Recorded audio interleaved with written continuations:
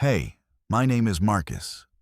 I'm 33 years old, and I've lived my whole life in a small town called Delridge, Georgia, about 40 minutes south of Macon, the kind of place where everybody knows what your father did for a living and forms an opinion about you based on that before you've said a single word. I work as a trim carpenter. Finish work, crown molding, baseboards, built-in shelving, window casings, door frames. The kind of work that happens at the end of a construction job, after the rough framing and the drywall and the painting, when the house is nearly done and all that's left is to make it look like it was built by someone who cared. I've been doing it for 11 years. I learned from a man named Burl Owens, who took me on at 22 when I had nothing else going, and he needed a pair of hands that would show up on time. He used to say that rough carpenters build the bones and finished carpenters give the house its dignity. I liked that. I carried it with me. My days are orderly. I'm up at 5:15. I load the van, tools, compressor, air hose, the finish nailer I've replaced 3 times in 11 years because I use it hard. I drive to whatever job I'm on. I work until 4 or 5, depending on where we are in the sequence. I drive home. I stop at the Piggly Wiggly on Route 49 if I need something, which is most nights. I eat at the kitchen table in the house I rent on Cartwright Road. I have 1 beer on the back steps if the weather allows. Then I go inside and I read for a while and I sleep and I do it again. I don't have many illusions about how Delridge sees me. My father was Tommy Hale, not Warren Hale, the developer. A different kind of Hale entirely. Tommy Hale, who ran a tab at every bar in 3 counties, who borrowed money he had no intention of returning, who left when I was 9 and sent a birthday card once and nothing after. People in small towns remember. They remember the father and they look at the son and they do the arithmetic they've already decided. I've watched them do it my whole life. The way a conversation changes when someone who doesn't know me yet figures out who my people are. The slight adjustment. The recalibration of expectation. I stopped being angry about it a long time ago. You can spend your whole life pushing against what people have already decided. Or you can put your head down and do your work and let the work say what it says. I chose the second thing. I'm not sure it was peace, exactly. But it was the only strategy I had. There was a woman named Patrice I was with for 2 years in my late 20s. She was good and kind, and her family was old Delridge money in the way that Delridge had old money. Which is to say they owned the feed supply in the car dealership and sat on the county planning board. They were polite to me in the specific way that people are polite to someone they've already decided isn't quite right for the situation.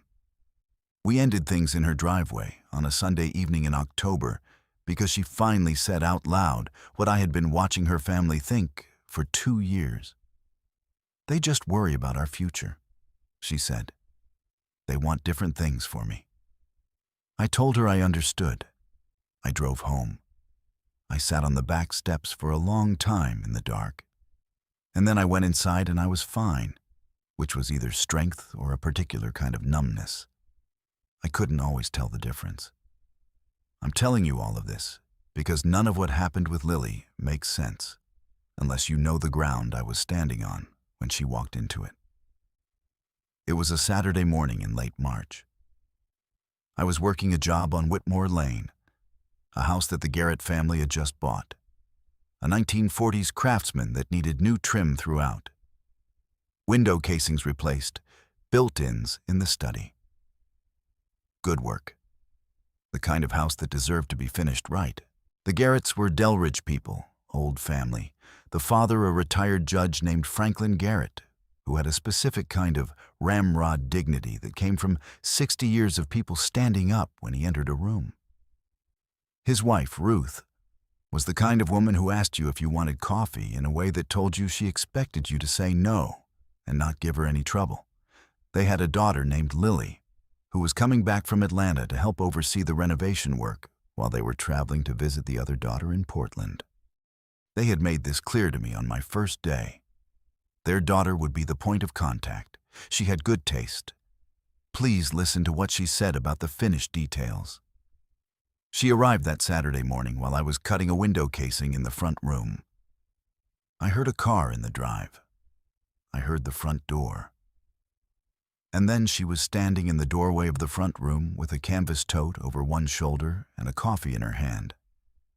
And she had brown hair loose around her face, a little damp from what I gathered was a long drive with the windows cracked. And she was wearing paint-stained overalls over a faded shirt. And she looked at me and at the window casing and at the miter's saw set up in the corner. And she said, without any particular ceremony, "Is that a compound miter or a sliding compound?" I looked at her.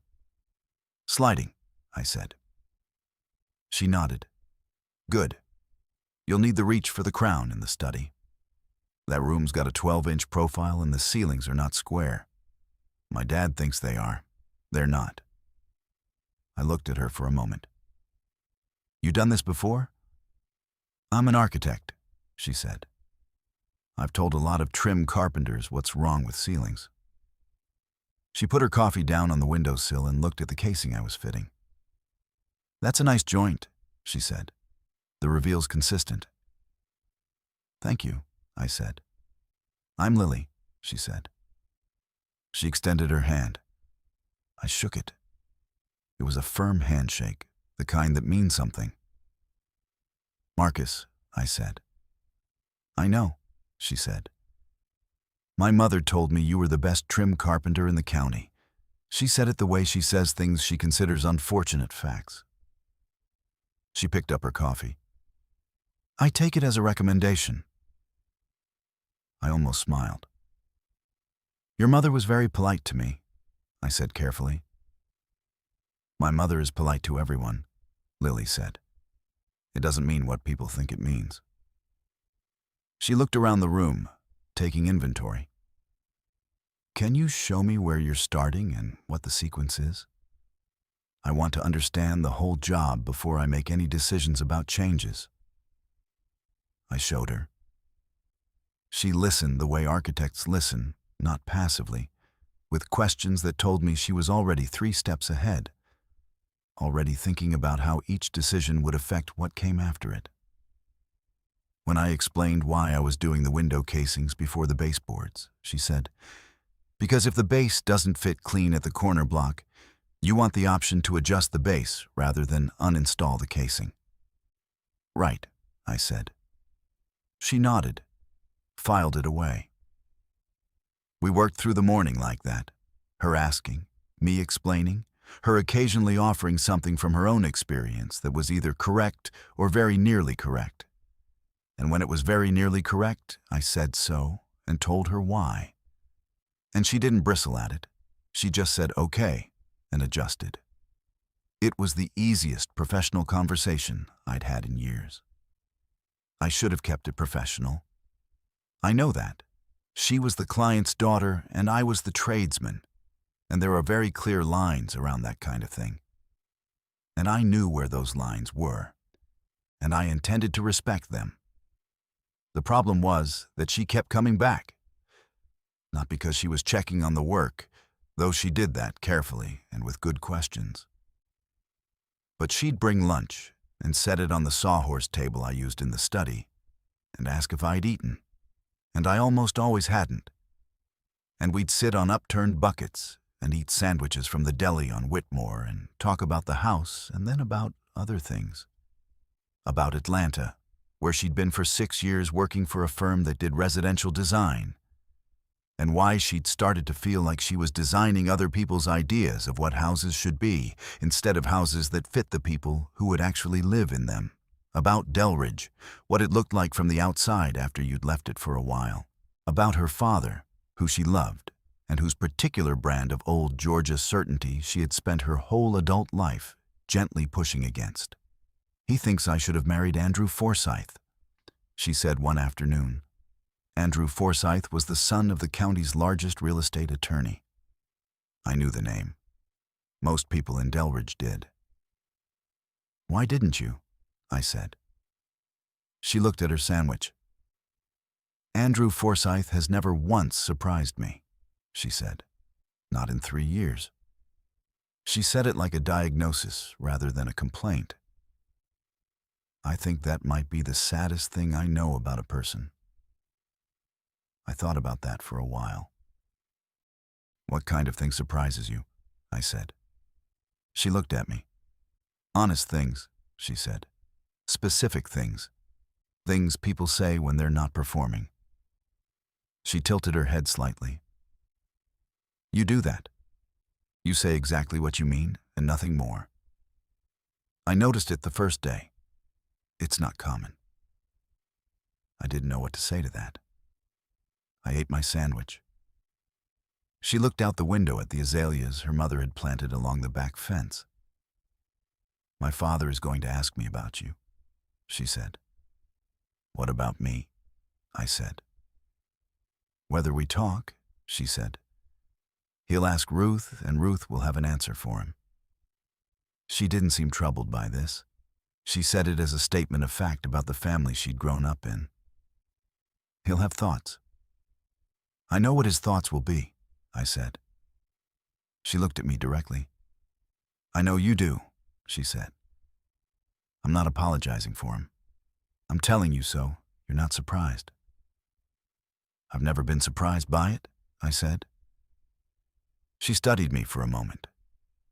There was something behind her eyes, not pity, which would have been unbearable, but something more like recognition, like she was seeing something she understood from the inside. "That's the thing that should make people ashamed," she said quietly, "that you've been made to get used to it." I didn't answer. I went back to work. But I carried those words with me for the rest of the afternoon, the way you carry something that fits in your hand, so exactly it doesn't feel like weight. 3 weeks into the job, Lily started staying later. I'd be packing up the van at 5 or 5:30, and she'd come out the back door with 2 glasses of sweet tea and sit on the porch step, and we'd talk while the light changed. She'd take off her shoes. She'd pull her knees up to her chest the way you do when you've stopped performing anything and are just present. We talked about our work, really talked about it, the way I've rarely talked about carpentry with anyone outside of other carpenters. She understood the satisfaction of a piece that fit correctly, the way a well-cut joint is a small proof that you had paid attention. "Architecture is just carpentry at a different scale," she said once. "The principles are the same.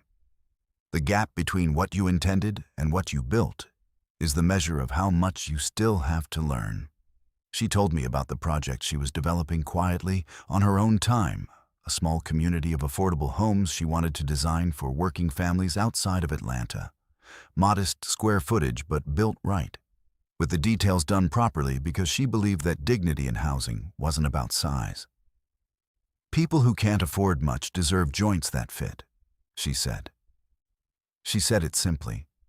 She wasn't performing the sentiment. She'd just been thinking about it for a long time. I told her about the house on Cartwright Road, about how I'd spent 2 weekends replacing the window casings myself because the originals were gapped and drafty, and it bothered me to come home to work I'd have been ashamed to put my name on in someone else's house. She said, "Did your landlord pay you for that?" I said no. She shook her head. "You should have billed him." "It wasn't for him," I said. "It was for the house." She was quiet for a moment. Then she said, "Yeah, I understand that." Her father called her most evenings around 7. She'd take the call inside. I'd hear the shape of the conversation through the screen door, measured, careful, the particular cadence of a person who loves someone and has learned precisely how much of themselves to show him. Once, I heard my name. I didn't hear the context. I heard the slight shift in her voice when she said it, something that wasn't defensive but wasn't yielding either. The following Saturday, A car I didn't recognize pulled into the drive. A man in pressed khakis and a monogrammed shirt got out. He was about my age. Easy smile, the specific ease of someone who has never once walked into a room and wondered if he belonged there. He stood at the front door for a moment and then came around the side of the house when he saw Lily on the back porch. "Andrew," she said. She did not stand up. "Your dad said you were here," he said. He smiled at me over her head, the automatic, polished smile you give to service workers. "Renovation going well?" "It is," she said. "Marcus is the best trim carpenter in the county." The smile stayed exactly where it was. "Great." He looked at her. "I thought we could have lunch." "Your dad made a reservation at the club." "I didn't know about that," she said. "He wanted it to be a surprise," Andrew said. "My father and I have different ideas about surprises," she said. "Tell him I'll call him tonight." She held Andrew's gaze steadily. "I'm in the middle of something." Andrew glanced at me again, a longer look this time. Then he looked back at her. Some recalculation happened behind his eyes. "Lily, tell him I'll call," she said. Her voice was the same temperature it had been all afternoon. Not cold, just clear. Andrew nodded once. He walked back around the house. The car left. We sat in silence for a moment. "Sorry about that," she said. "You don't need to apologize to me," I said. "I know," she said. "I'm apologizing because my father sent him without telling me, and that's a thing that deserves an apology." She looked at her tea. "He thinks if he puts Andrew in front of me enough times, I'll eventually remember what I'm supposed to want." I didn't say anything. There was nothing to say that wouldn't be about me rather than about her. "What do you want?" I said. Then I heard myself and said, "You don't have to answer that." "No," she said. "It's a fair question." She looked at the azaleas along the fence. "I want to design something that matters. I want to live somewhere that feels like mine. I want to have conversations that don't feel like negotiations." She paused. "I've been wanting those things for a long time. I just kept choosing the easier version." "What's the easier version?" I said. She looked at me. "The version where you go to the club for lunch," she said. The job was 3 weeks from done when Franklin Garrett came back from Portland. I had heard about him my whole life in the abstract way that a small town produces certain figures who shape the atmosphere without necessarily speaking to you directly. Judge Garrett. He'd been on the bench for 22 years. He'd retired to his property, his planning board seat, and his certainty in that order. He was not a cruel man, from what I understood. He was something more complicated than cruel. He was a man who had decided very early what the world should look like, and had spent 60 years with enough power to make it look that way, and so had never had cause to revisit the original decision. He came to the house on a Tuesday morning. He shook my hand in the driveway and said he'd heard the work was coming along well. He said it like a compliment that cost him nothing because he hadn't yet seen the work. He went inside. He came through every room. I heard him walking. I heard him and Lily in the study. She was showing him the crown molding I'd finished the previous week, the 12-inch profile on the not-square ceiling that had taken me 2 full days to get right, the compound angles cut by hand because the room had settled in 3 different directions across its 80 years. I heard her explaining the cuts, heard her say my name, heard the long pause that followed. He came to the doorway of the room I was working in. He looked at the built-in I was fitting, face frame, adjustable shelving, the pilasters on either side that would match the room's original millwork. He looked at it for a long time, without speaking. "Your father was Tommy Hale," he said. Yes, sir, I said. He nodded slowly, not harshly, just with the weight of a man who keeps ledgers. This is good work, he said, gesturing at the built-in. Then he walked out of the room without saying anything else. That evening, Ruth Garrett called Lily while we were on the back porch.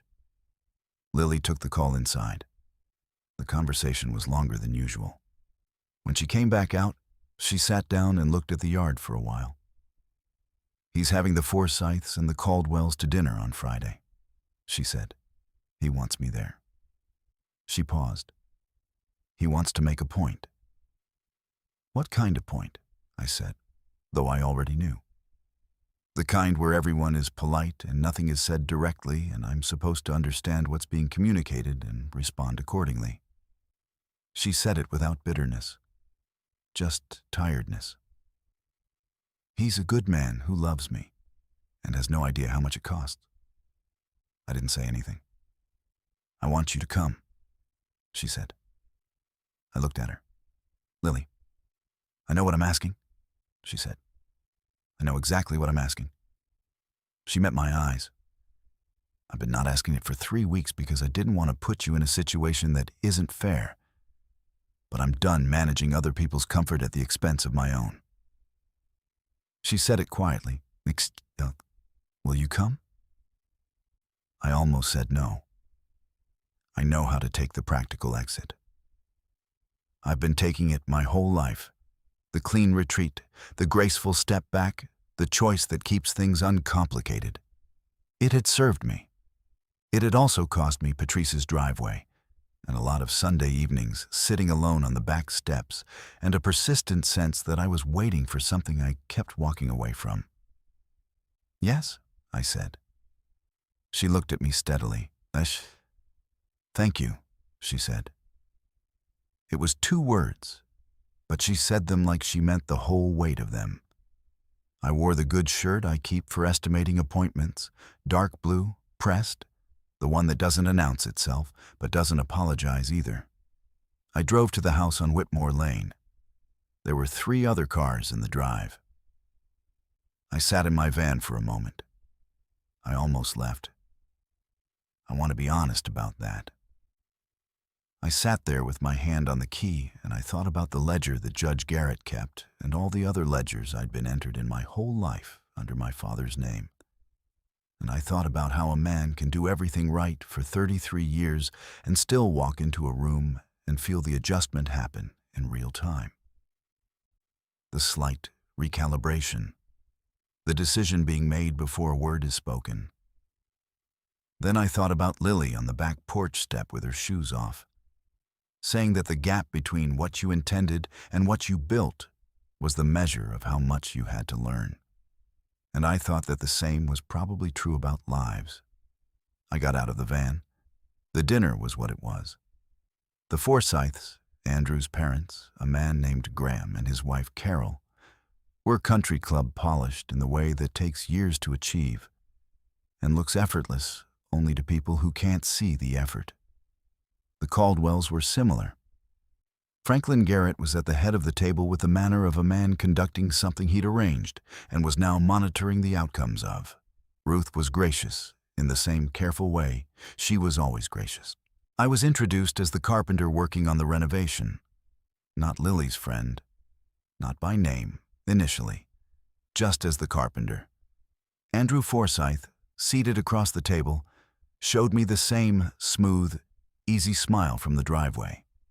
Graham Forsyth asked me, with genuine curiosity that carried a specific edge underneath it, what kind of work I did. I told him. He nodded thoughtfully, the nod of a man placing you in the correct slot of his mental file cabinet. Good honest work, he said. Yes, sir, I said. Carol Forsyth turned to Lily and began talking about Andrew's new position at the firm. The conversation moved around me the way conversations move around objects they've decided are not part of the flow. I ate. I listened. I did not perform anything. I was not angry, which surprised me. I was just very still, the way I get still on a complicated cut. Measuring twice, understanding the angles, not rushing. At some point, Graham Forsythe said something. I missed the beginning of it.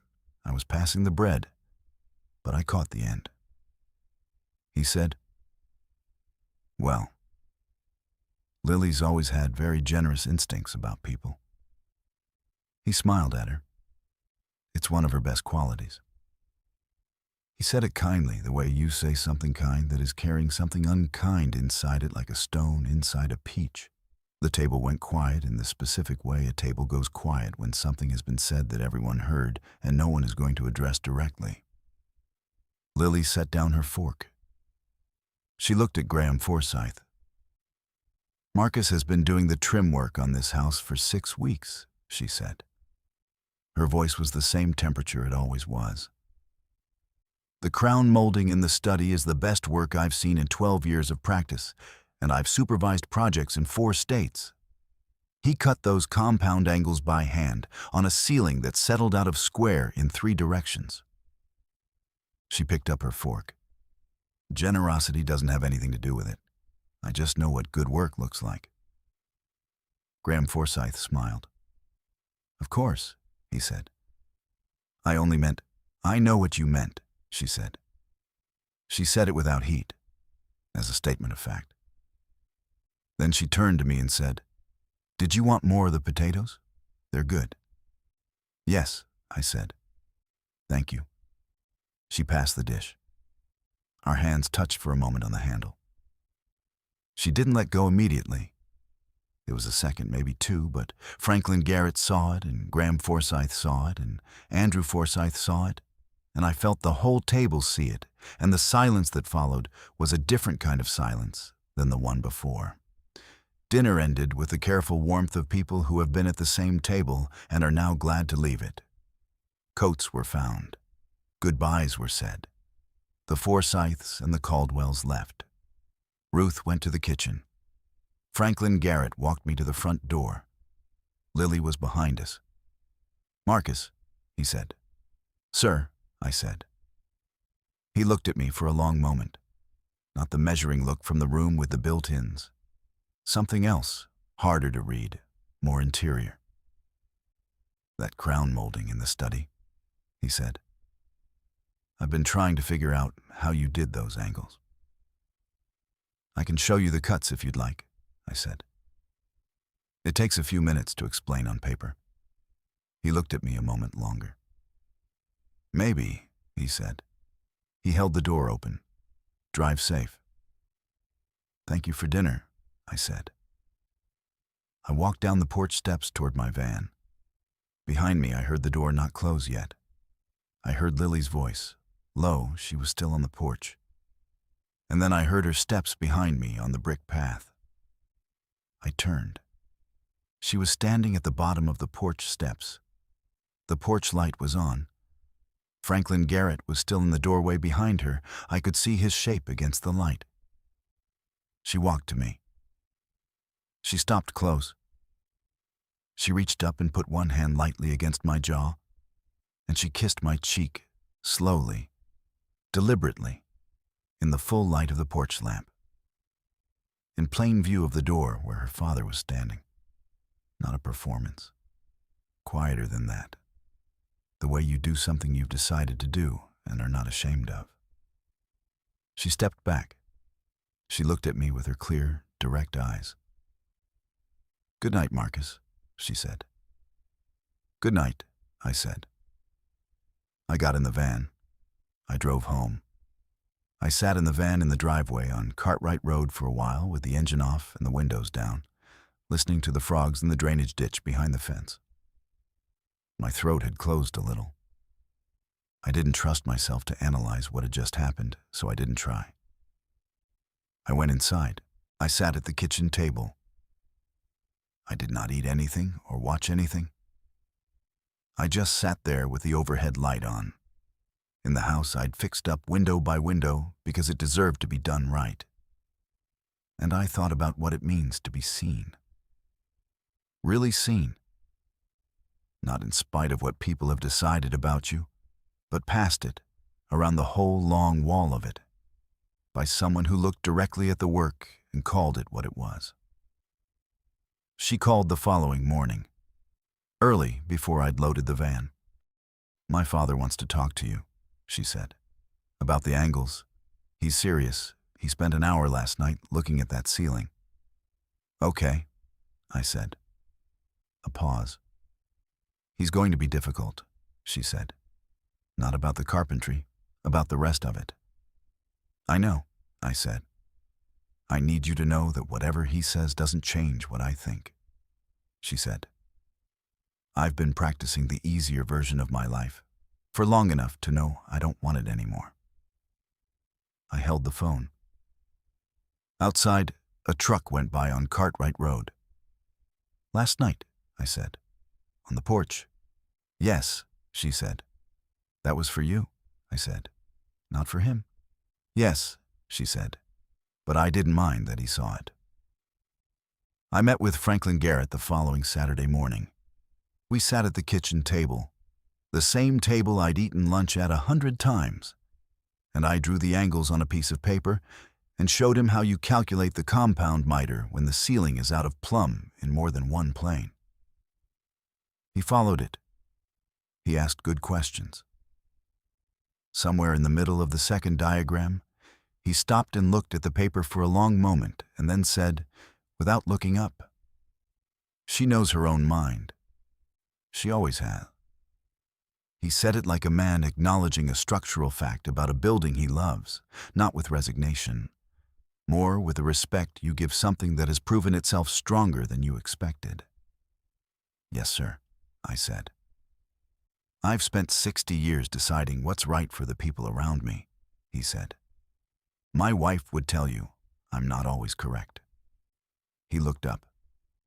"Ruth told me last night that the work you did on this house is the best she's seen done on an old house since we bought it 40 years ago."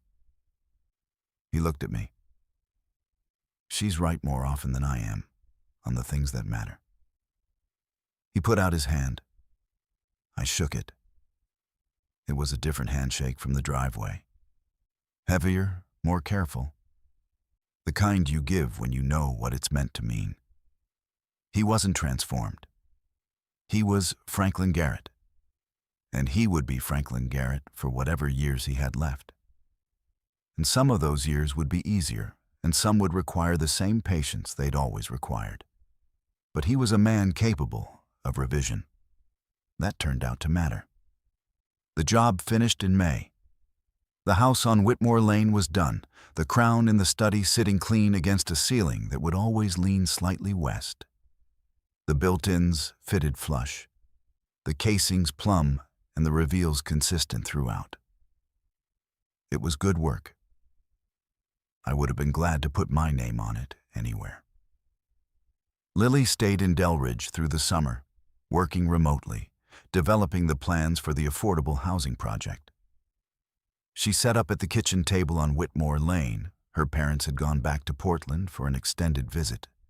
And I'd come by in the evenings, and she'd show me whatever she'd been working on, the floor plans and section drawings and the detail sheets. And I'd look at the trim conditions and tell her what would be easy to build and what would need a second thought. And she'd revise and come back the next evening and show me the revision. We were good at that together. The back and forth of two people who take their work seriously and have learned to trust the other person's judgment.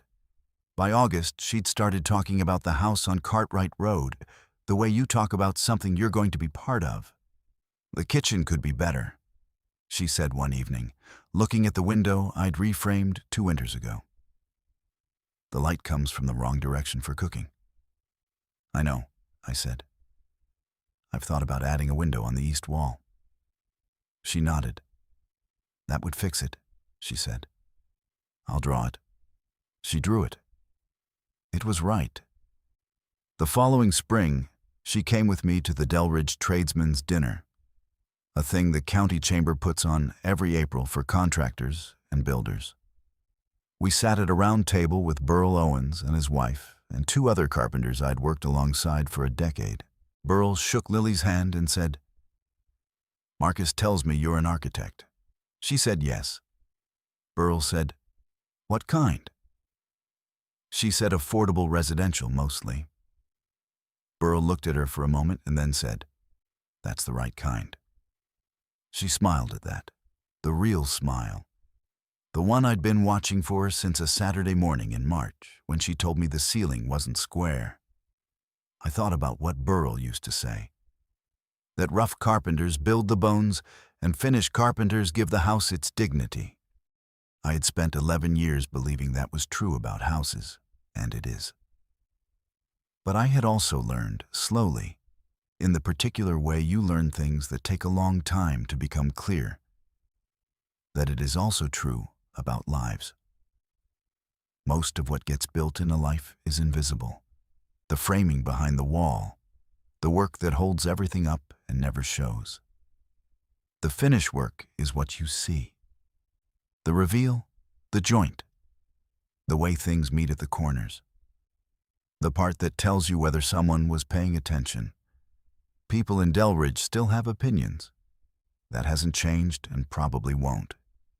But there came a point, some evening on the porch of the house on Cartwright Road, or maybe that Friday night at the table where I sat still and let Lily handle the things that were hers to handle.